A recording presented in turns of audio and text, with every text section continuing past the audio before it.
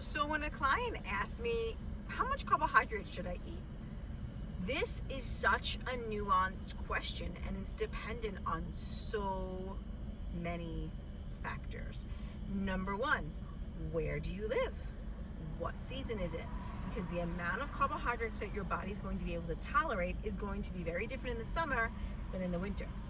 Do you live an indoor lifestyle, or do you spend time outside in nature, grounding and under sunlight and infrared light, which all helps balance blood sugar, cortisol, hormones, and insulin, right? And if you're indoor, living in an indoor environment where you're under artificial blue light all the time and you're in an office all the time, this is going to hinder hormone production, your voltage, your cellular voltage, your insulin levels, your cortisol.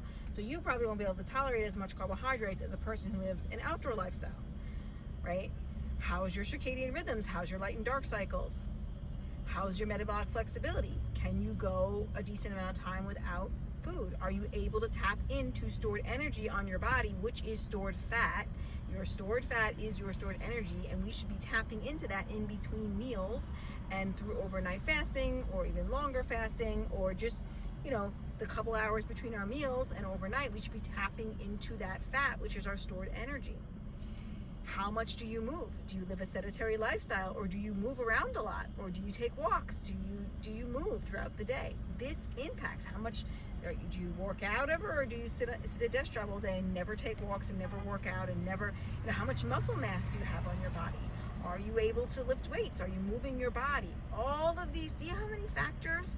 We're talking about light and dark cycles. How much time you're outside, how much time you're in nature, how much time you're in an artificial environment.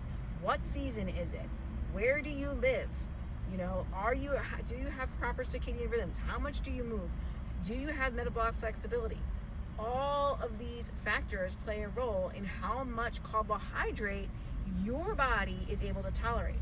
So it's very nuanced. So when you go to like a cookie cutter program that says, here's your macros and these are the amount of carbohydrates that you should be able to eat every day, well, they're not taking into, maybe they're taking into movement and your body weight. That's another question, is how much weight do you have to lose, right? But they're not taking into consideration all these other factors that I said, which are really vital to how well your body's going to process carbohydrates. Another one is hormonally. If you're a woman, are you perimenopause? Are you in menopause? Where are you in your cycle? It can depend on how many carbs you can tolerate. There are just so many factors, so there's never just a clear-cut answer. And when we give clear-cut answers to people, that's not helpful. It's actually harmful, right? We need to be looking at the lifestyle